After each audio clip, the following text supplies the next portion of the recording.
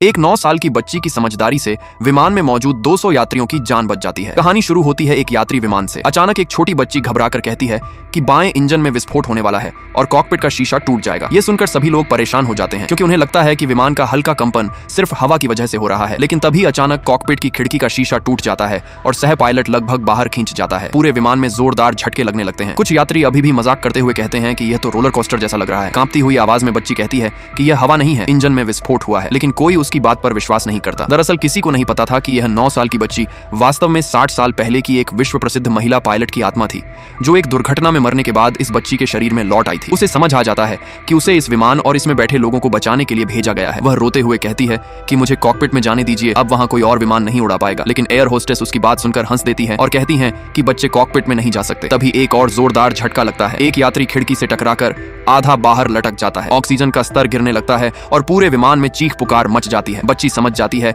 कि अगर उसने देर की तो उसकी मां समेत 200 लोग मर जाएंगे। वह कॉकपिट के दरवाजे को पीटने लगती है, लेकिन अंदर से कोई जवाब नहीं आता। कुछ लोग तो उसे ही बदकिस्मती की वजह बताने लगते हैं। बच्ची जोर से चिल्लाती है कि अगर देर हुई तो सब मर जाएंगे। आखिरकार वह आपातकालीन कोड बताने की कोशिश करती है। उसकी मां पहले उसे रोकती है, लेकिन बच्ची कहती है कि मां, मुझ पर भरोसा करो, मैं किसी को मरने नहीं दूंगी। मां कांपते हुए पीछे हट जाती है। बच्ची वह उच्च स्तरीय इमरजेंसी कोड बताती है जिसे आमतौर पर सिर्फ विशेष प्रशिक्षित लोग जानते हैं। जैसे ही कॉकपिट का दरवाजा खुलता है, सभी लोग स्तब्ध रह जाते हैं। पायलट और सह पायलट दोनों गंभीर हालत में बेहोश पड़े होते हैं। बच्ची तुरंत पायलट की सीट पर बैठ जाती है। वह बाएं इंजन को बंद करती है और अग्निशमन प्रणाली सक्रिय कर देती है। एक यात्री गुस्से में चिल्लाता है कि तुम सबको मार दोगी, लेकिन घायल पायलट दर्द में कहता है कि नहीं, वह बिल्कुल सही कर रही है। यही मानक आपातकालीन प्रक्रिया है। टावर से संपर्क स्थापित हो जाता है, लेकिन तभी एक नई समस्या सामने आ जाती है। विमान के सामने उसी ऊंचाई पर एक और विमान आ रहा था और केवल 2 मिनट में दोनों के टकराने की आशंका थी। एक यात्री जो विमानन का छात्र था, बच्ची को कंट्रोल से हटाने की कोशिश करता है। तभी संचार फिर से टूट जाता है और समय सिर्फ 50 सेकंड बचता है। बच्ची कहती है कि अगर विमान को 10 डिग्री बाईं ओर मोड़ा जाए तो टक्कर टाली जा सकती है। लेकिन पायलट के हाथ काम नहीं कर रहे थे